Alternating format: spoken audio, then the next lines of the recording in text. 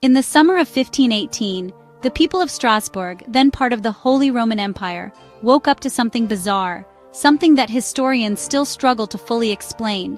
It began with a single woman, Frau Trophia, stepping into the streets and dancing. Not swaying gently, not tapping her feet. She was dancing with a feverish, unstoppable energy. And she didn't stop after a few minutes, or hours. She kept going for days. At first, people probably thought it was some sort of strange performance, or maybe a local eccentric letting off steam.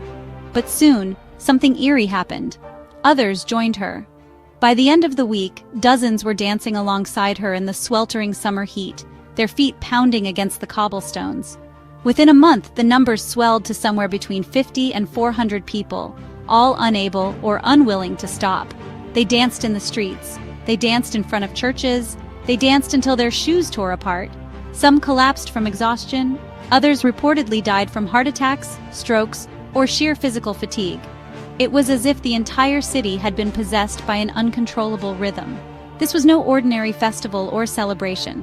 This was the infamous dancing plague of 1518, one of the strangest recorded events in history. And here's the part that makes it even more puzzling. It wasn't the first time something like this had happened. Strasbourg wasn't a backwater village. It was a bustling city, part of the Holy Roman Empire, with trade, religion, and politics woven deeply into its daily life. Yet, despite its relative sophistication for the era, people found themselves powerless against this wave of dance mania. We know about the event from contemporary accounts, written records from physicians, city officials, and even priests. The descriptions are vivid. Chroniclers wrote about people leaping and dancing night and day as if inspired by the devil. Others mentioned the victims' faces twisted in pain, tears streaming down as they continued their frantic movements. The authorities quickly realized this was no ordinary situation. They feared it might spread further and destabilize the already tense city. Back in 1518, medical knowledge was still tangled in superstition and outdated science.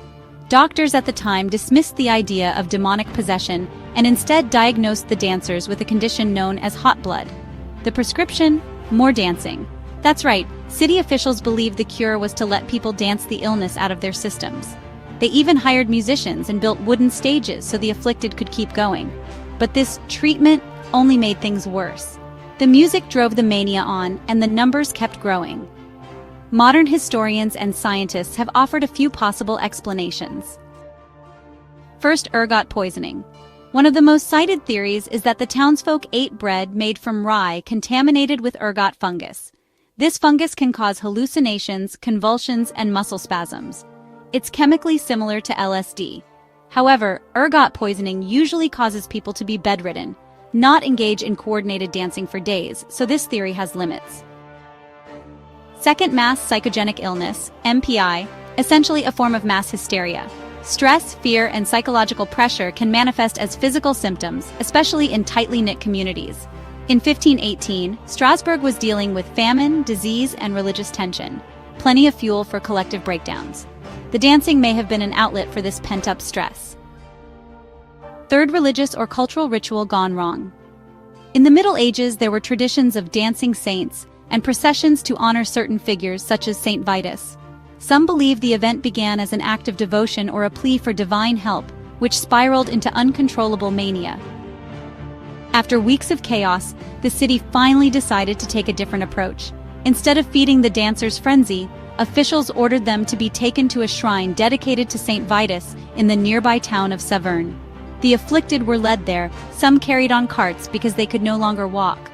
At the shrine, priests performed rituals and offered prayers, and, gradually, the dancing subsided. By late summer, the plague was over. But the event left its mark on the city's memory, becoming one of the most infamous and baffling cases of collective behavior in history.